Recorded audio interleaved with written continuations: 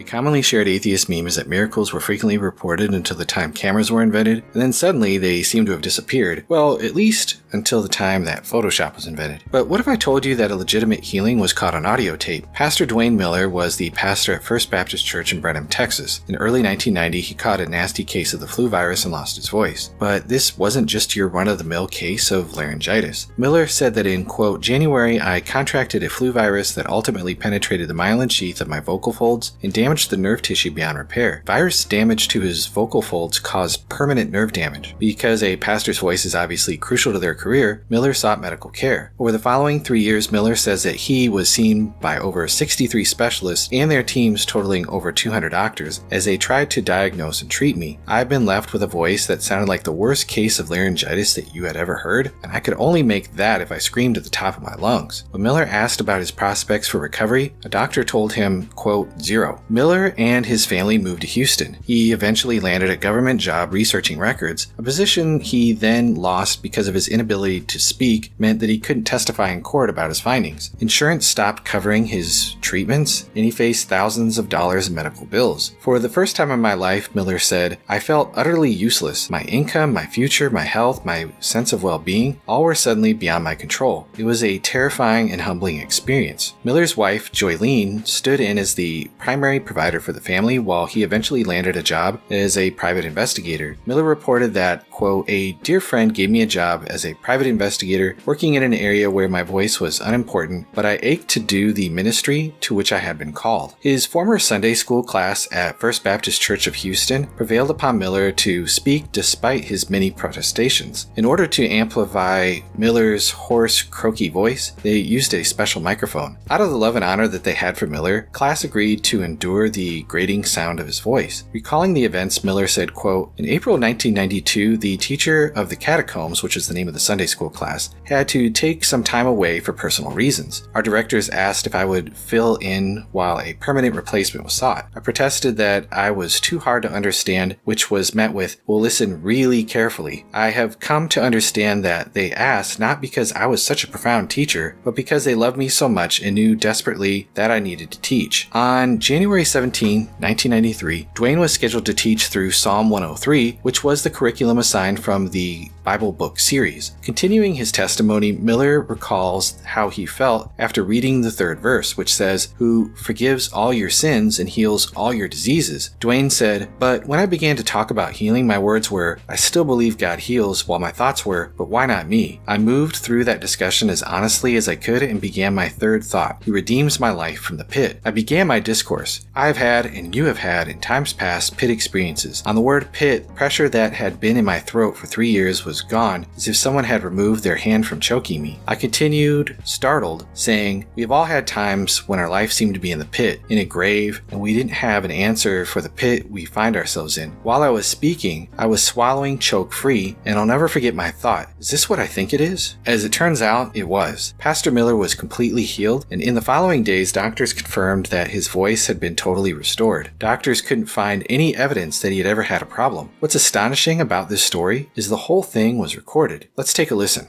So, the psalmist says, I'm excited. Bless the Lord, O my soul. One of his benefits is he heals all of my diseases. And in verse 4 he says, and he redeems my life from the pit. Now I like that verse just a whole lot. I have had, and you have had in times past, pit experiences. We've all had times when our life seemed to be in a pit, in a grave.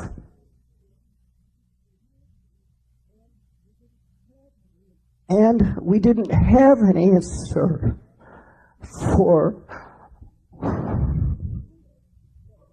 the pit we find ourselves in.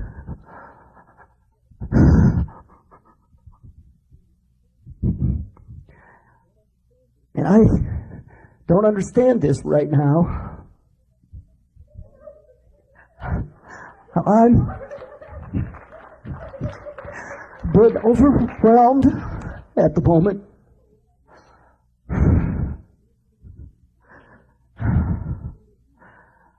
I'm not quite sure what to say or do.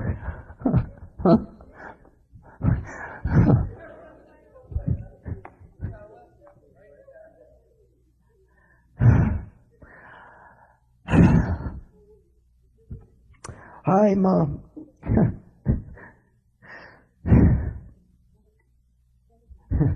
sounds funny to say at a loss for words.